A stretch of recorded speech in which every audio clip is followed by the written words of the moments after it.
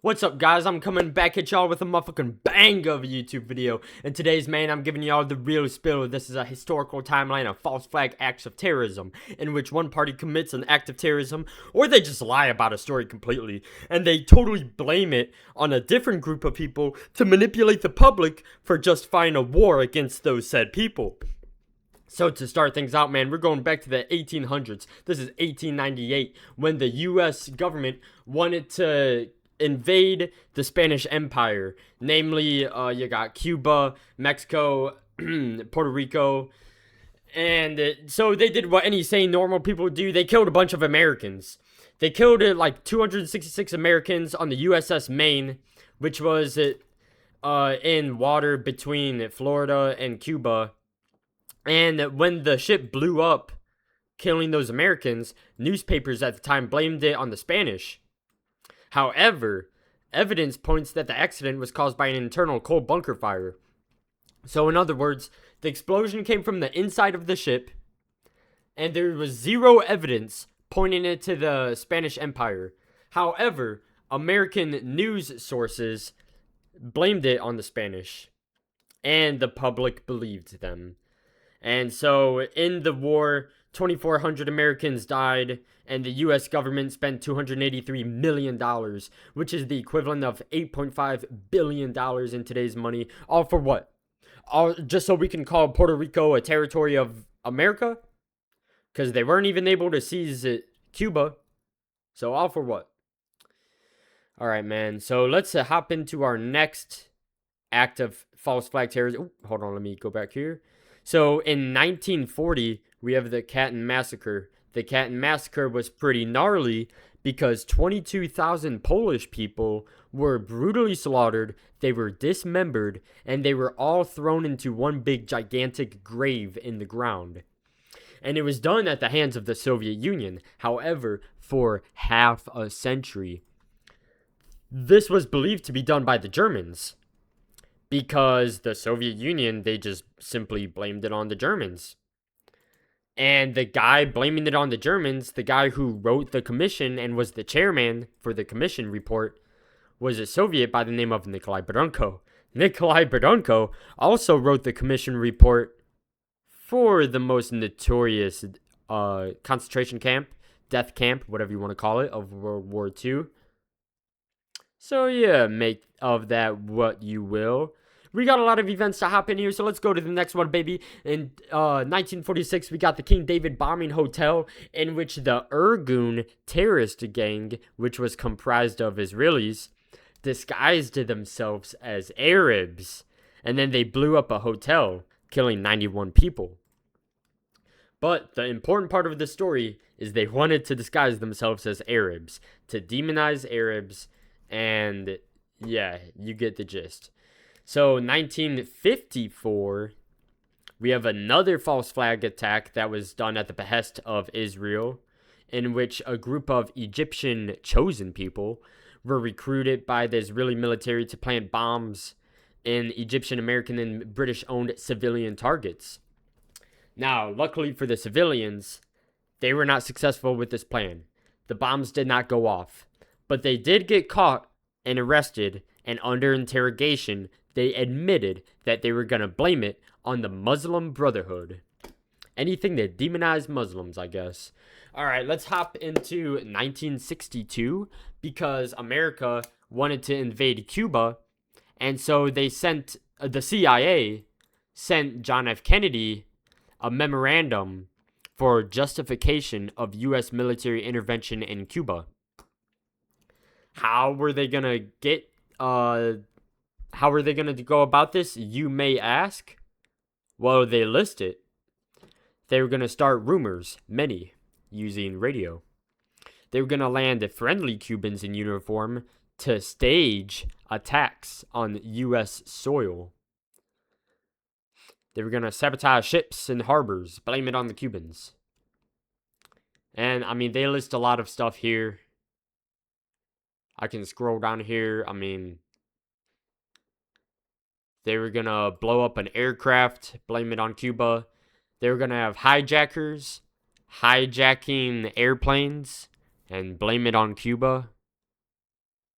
they were going to shoot down an aircraft, which was going to be empty, but they were going to make up a fake victim list and blame it on Cuba.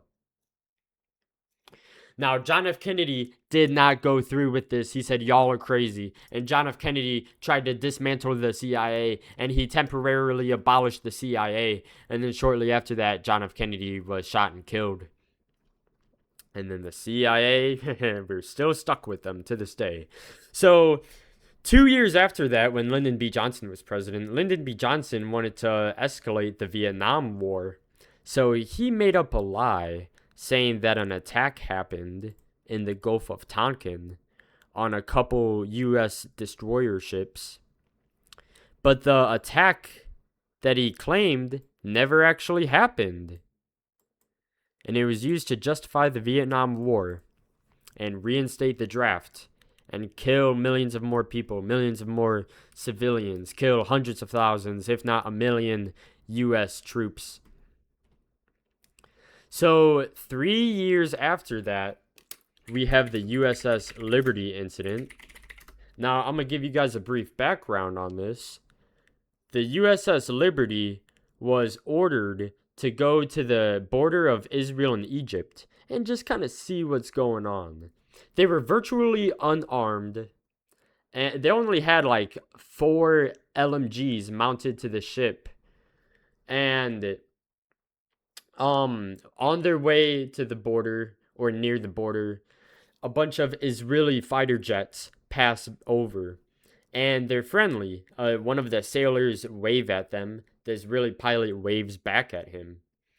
And then hours later, or it might have been a day later, the ships come back, but they're painted black. They're just blacked out. They don't have a flag on them. So they don't know who these ships are.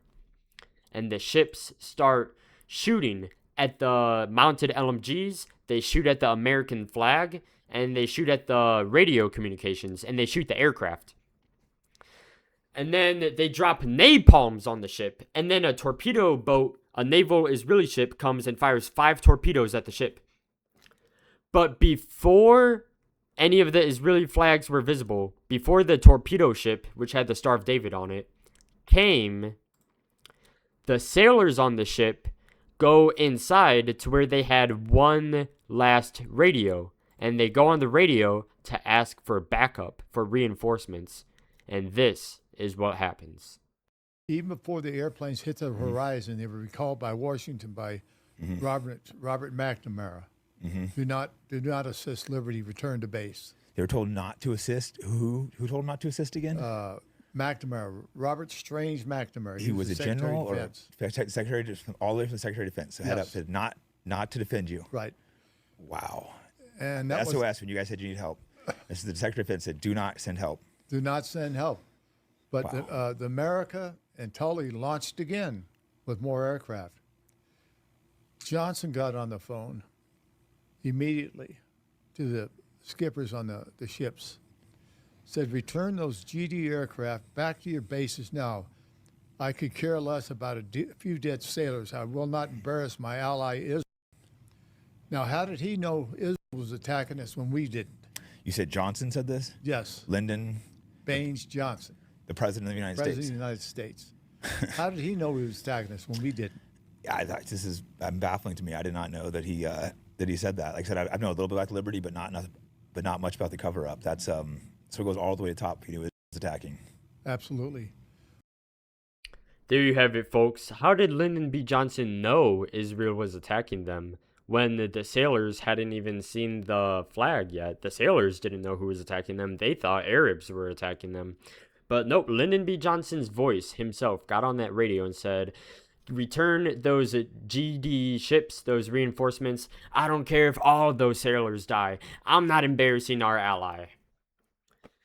This coming from a primary source. This guy was there. He was in the Navy. Like, imagine defending your country, putting your life on the line, and this is how your country repays you. And so after they said that on the radio, Israel came back. They napalmed the ship, and Israeli naval ship with the Star of David all over it fires 5 torpedoes at them. They tried to sink the ship, but by the grace of God, they didn't.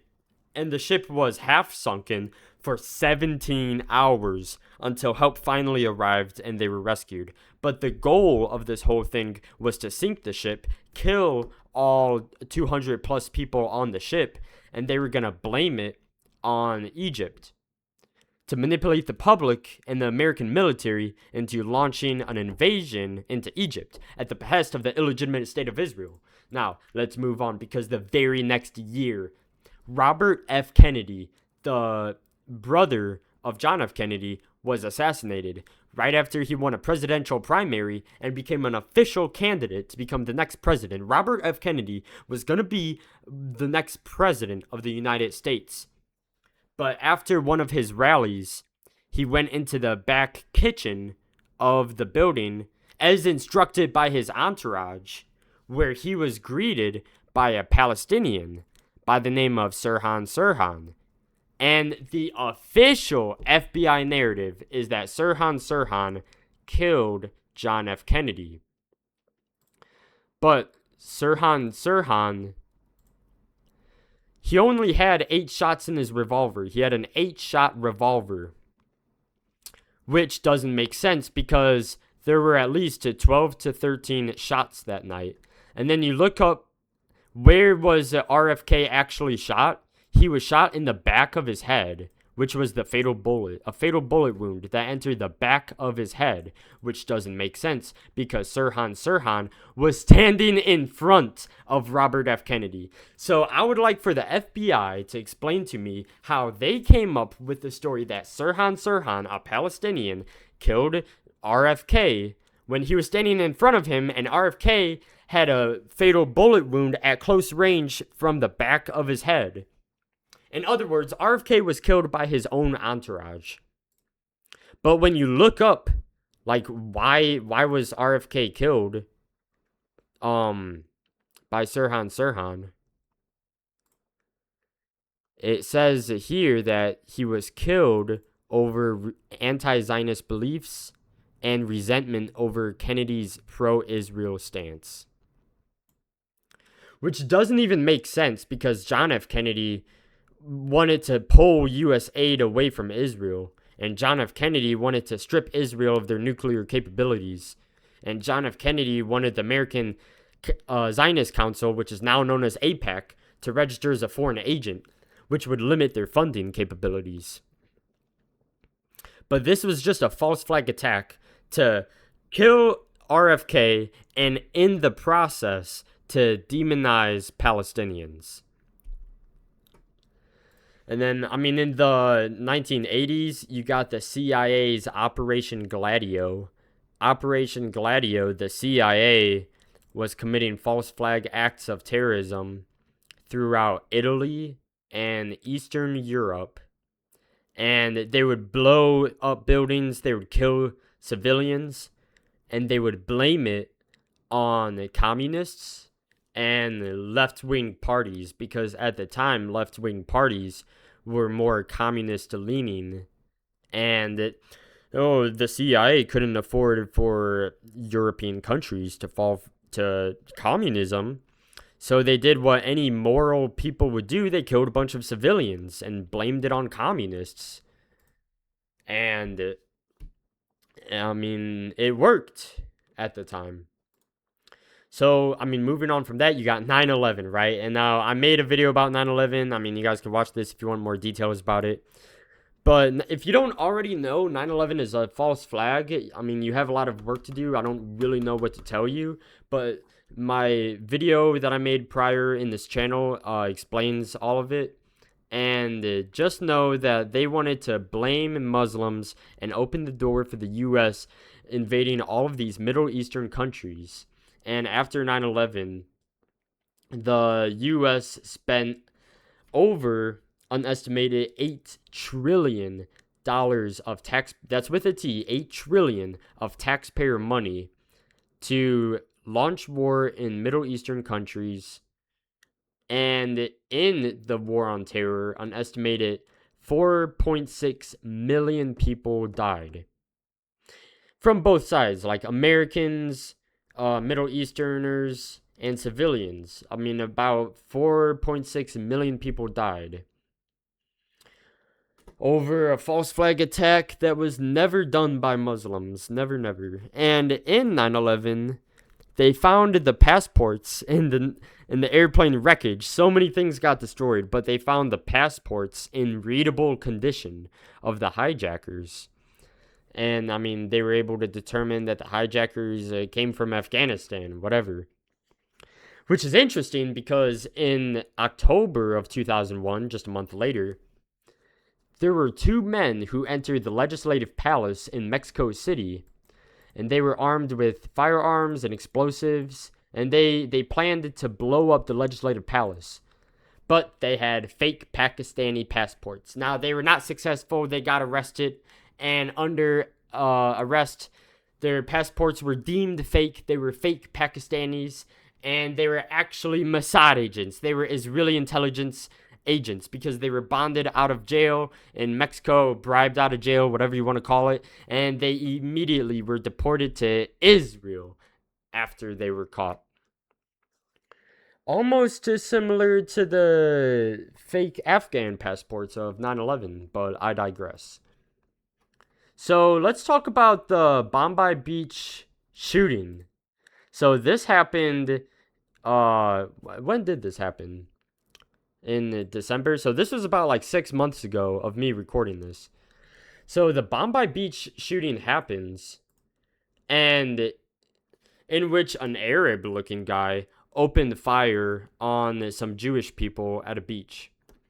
But unmentioned is the fact that a bystander saved more lives by disarming the guy, and the bystander was Arab. But the US news doesn't talk about that because it's all about demonizing Arabs. Now, the reason that I suspect this was a false flag attack is because right after the shooting, Netanyahu and company were putting pressure on Australia to make anti-Semitism illegal, infringe on freedom of speech, because they claimed that anti-Semitism led to the shooting. And the Australian government obliged. They folded. And now if you say the slightest thing of criticism of a foreign nation, that being the blue state in the Middle East, you get arrested in Australia because they misconstrued that with anti-Semitism, of course.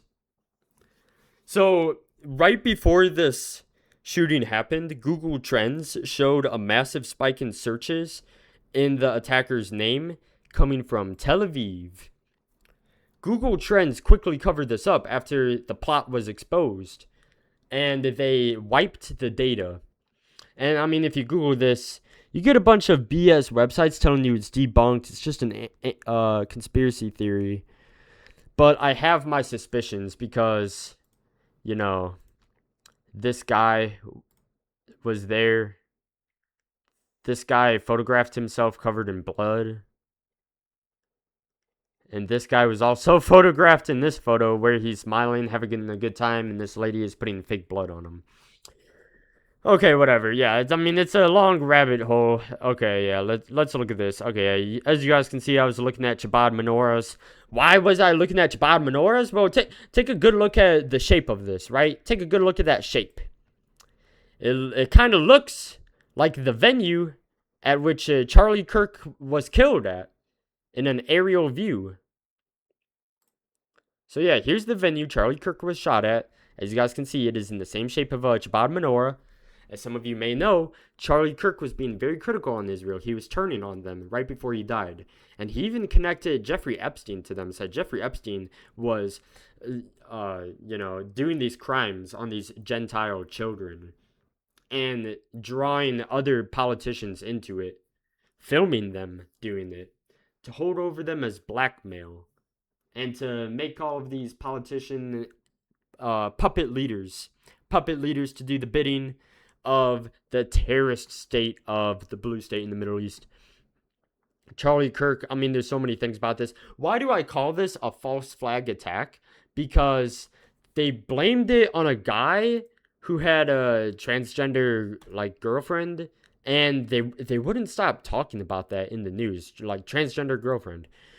And it's like, why does that matter? It's because the news wanted to present a narrative that some leftist killed a Charlie Kirk simply because he might have been opposed to transgenderism or whatever.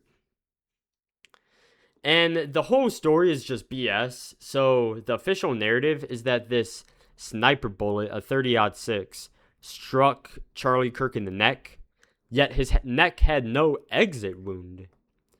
And that's even admitted by Fox News. Fox News admitted that he had no exit wound, and they called it an absolute miracle. Now, anybody who knows anything about guns knows that that is impossible. But the FBI narrative is that this 3.5-inch long sniper bullet hit him in the neck, and Charlie Kirk's superhuman neck just stopped it halfway, and then it just kind of disintegrated because no bullet was ever found at the crime scene. In fact, the crime scene was destroyed and then paved over the next day. They said fragments of the bullet were found at the crime scene because the truth is that Charlie Kirk's microphone on his chest exploded into his neck. And that's the fragments that they're calling the bullet fragments. And I can't show the video on YouTube, but if you look at the graphic video of Charlie Kirk dying, it is kind of obvious that it came from his microphone on his chest. But I can't show it on YouTube because his neck was spewing blood, and it's pretty graphic, so I'm not going to show that. What is this? Okay, so leading up to the Iran war, as some of you may know, there were some Iranian protests. And at these Iranian protests, gunfire would open up and Iranians would die. The U.S. news would plaster this all over their corporate news propaganda machine and say, oh, look at the Islamic regime, they're so evil, they killed their own people. When in reality, it was IDF bullets being found in the bodies of children martyred at these events. And I mean, it's really easy for Mossad to infiltrate Iran and do these kind of things. They've been doing these things for a long time. But Mossad, they also hacked into Tehran traffic cameras. And they were using that to pinpoint targets. So yeah, that's basically all I got for today's video, guys. All I ask for you guys is to just not believe anything they say on the corporate mainstream news propaganda machine. And every time you do see a news headline in the story, ask yourself why. Why did this happen? Why are they presenting this in this way? Because everything has an agenda. And the Western Zionist news is completely biased, and most of the things they say are just completely fabricated, or they spin the narrative to present the oppressed as the oppressors. So, thank you guys for watching, and tap in with your boy for some more motherfucking truth nukes. I love y'all. Goodbye.